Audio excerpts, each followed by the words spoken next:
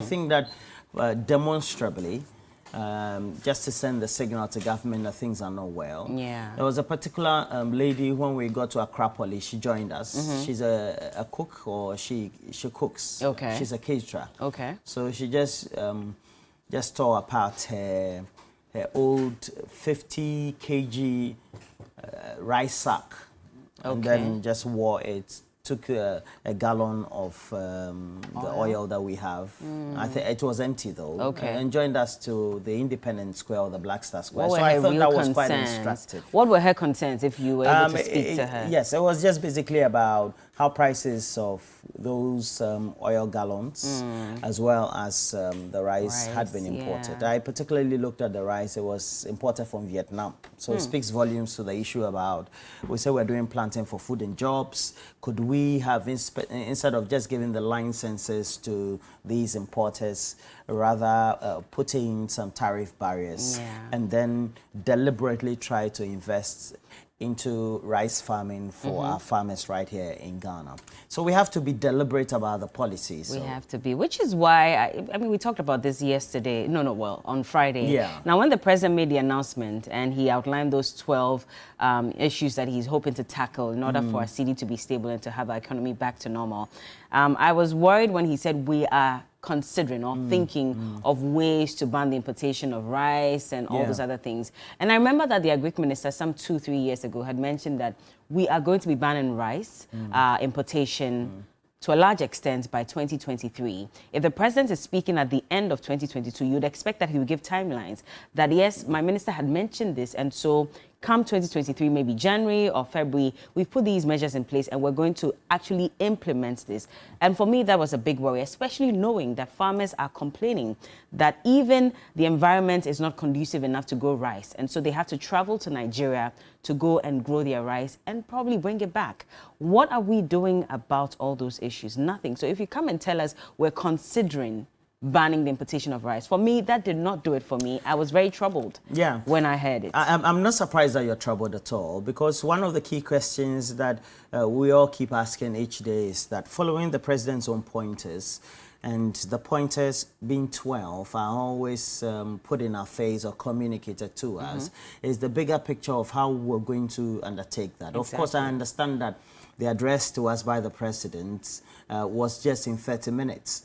But it was also very important that the president expatiate on many of those relevant points. Exactly. So, for example, if we know that fuel prices are going to be high, are going to be consistently high over a period, are we going to provide some form of public transport for people? Are we encouraging corporate institutions as well as those in the public sector to compel, like we did during the COVID time, to make their workers work from home? Because, for example, you take TV3 or Media General, there are some people who could work from home, just like the period when we did that within COVID. And we could achieve same results because we achieved a lot of results today. We're going to speak to guests who basically will be using Zoom. And pre-COVID, no broadcaster ever or producer in a broadcasting house ever wanted to do any virtual conversation. They will tell you that we need the guests in the studio. But today, we're amenable to such change because some of these things have been done over time. So we have to do some of these things, and those were the announcements that people wanted to hear. And then they also wanted to hear drastic issues like how we're going to cut the produce, instead of just saying the big things. Of course, they are laudable, but how are we going to undertake that? When are we going to do that? We're told that we have to wait for the budget. The budget is not going to be read this week like we expected. No. So it's a bigger question about how we intend achieving these things, other than just theoretically stating them. And it is not to spite anybody in government to say that, well, we're not in tune with the times. We don't think that we have to do whatever it is by only talking, but rather we ask the questions because there are people out there, and you could see from the day of the demonstration, there are people who are asking real questions, and we had no answers for them. There was no politician on the ground for you, apart from the CPP chairperson who came in, Abu Sakara, who had been a presidential candidate before. But he is a lead international economist, so agroeconomist, but also does mainstream economics as well. So he's able to some of the times go beyond just the politics and talk about the real issues. And I think that's the whole point of the demonstration, having people from all walks of life and not the political people come in to do demonstration. I would have thought that a lot more people would have shown up, but then again, of course, they may have their reasons. It's a Saturday. People are probably stressed out from work. And then you have to take transport and come issues. to town. Exactly. How would you find money to go back? How would you feed? I'm sure they were thinking of all those factors. But then again, let's listen to what traders had to say on that day when the Preko reloaded demonstration took place.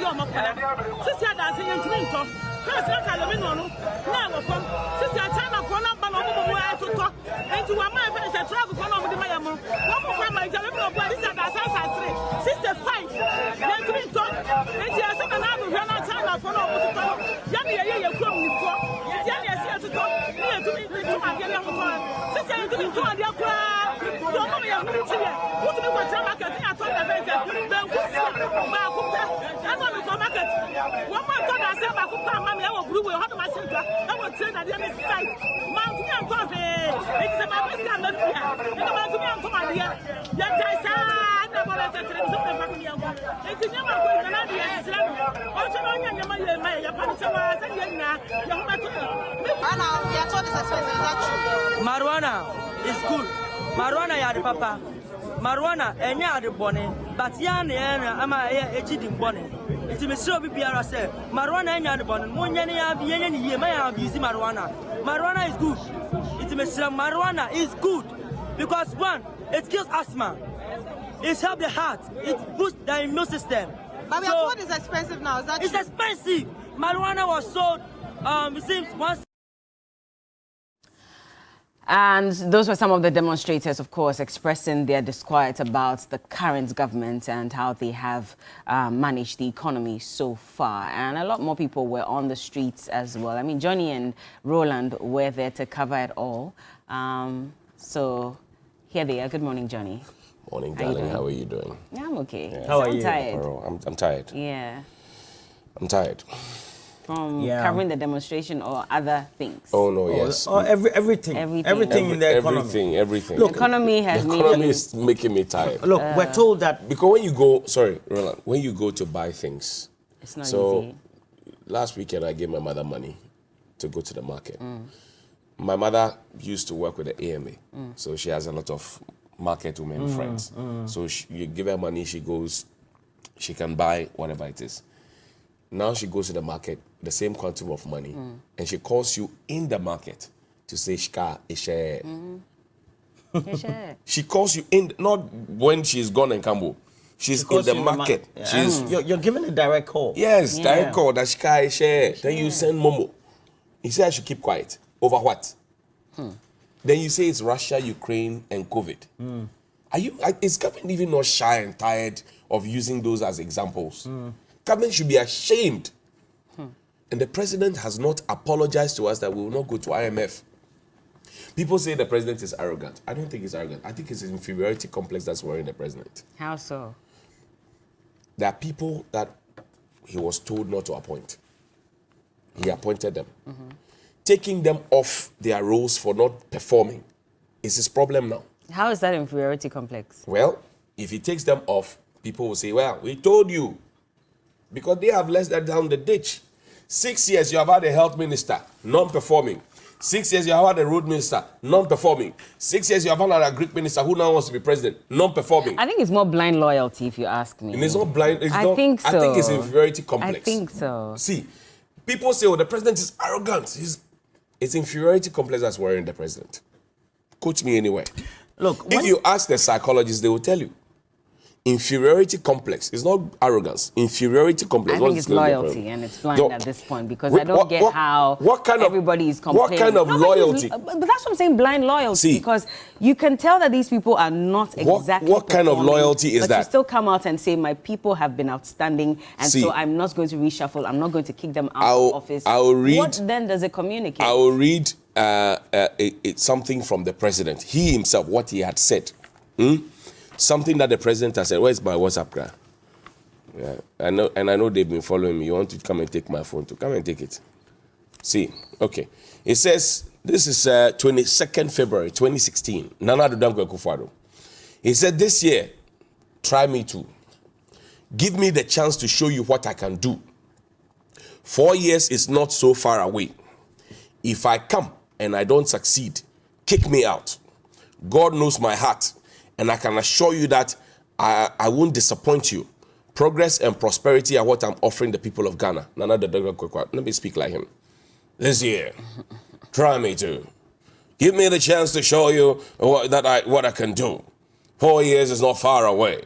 If I come and I don't succeed, kick me out. Kick me out. God knows my heart, and I can assure you that I won't disappoint you. Progress and prosperity are what I'm offering the people of Ghana. Anado, 2016, February, when he wanted power. Today, we are not progressing. We are not prospering. We are just stuck. And he doesn't care. I say inferiority complex, what's wrong with the president? Not arrogance, not blind loyalty. Inferiority complex. Sack the people who are not performing. Stop calling them excellent. Because when he sacks them, or if he sacks them, then people who told him not to appoint those people will come and they will not massage his ego. His ego will be bruised. So he is protecting his ego first of all. That's why he's making all of us suffer. I said, my mother went to the market, called me in the market. I will refresh it. Called me in the market. I'll tell you. I'm not surprised. I'll tell you an interesting thing. So there's a mattress that I bought about 3 years ago. It was below 4,000. It was just about 4,000. Mattress. I went to ask for the price. Mattress in Ghana? Belly.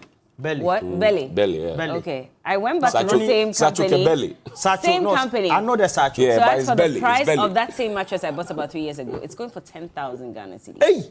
I'm not kidding you. Breaking there. Hey. I'm not. This one is breaking the 10 or something. I don't know. But yeah, from about 4,000, now you have to cough up 10,000 and over to buy that same You bought mattress. the thing how many years ago? This was 3 years ago. Gee. And I kid you not. That is over 100%. Yeah.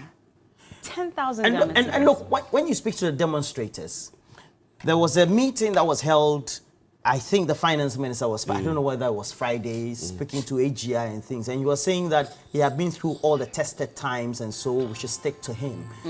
And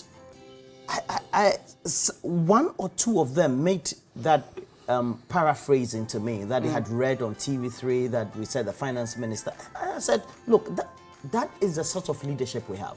A leadership that seems to think that, well, I have done well before, or I've had supervision over some best economic numbers before. Yeah. But when the difficulties come, I should still be maintained. When the outcry is that, you have to go. Because the outcry is not necessarily that they are just pure public sentiments. They are sentiments that are coming not only from those who are business leaders, but those who are concerned that we're not sending the right signals to the business community internationally, to the market internationally, to even the Bretton Woods institutions that were going, the World Bank, the IMF, etc. Because when you do that, they'll have the confidence to say that, oh, at least the one who is steering the ship is no more. So we have a new coach. Yeah. It's like a normal football team. Roland, it's like a normal football team. You bring a new coach. Roland, that the played strategy out is new. when the 80 MPs held a press conference in Parliament. The dollar responded. The market responded. It was at 14. It dropped to 12. Check it. Then, if the finance minister has any principle, if the president is principled, he would have stepped out. What is there? The president mounted a stage in 2016 and said that if John Mahama had brought the people of Ghana to this sorry state, at the time when petrol was not even up to 5 cedis, right? Yeah. They would have apologized and stepped away and walked away. But because of the money under the table, we are in 2022. What is the CD dollar ratio? Kerosene, even kerosene. The poorest of the poor can't afford kerosene. LPG is more than 12 cedis per kilo. Is there money under the table? Has the president massaged his ego to apologize to us? I say it is inferiority complex that's worrying the president. Tell him this morning. You, tell him. Let's take a break.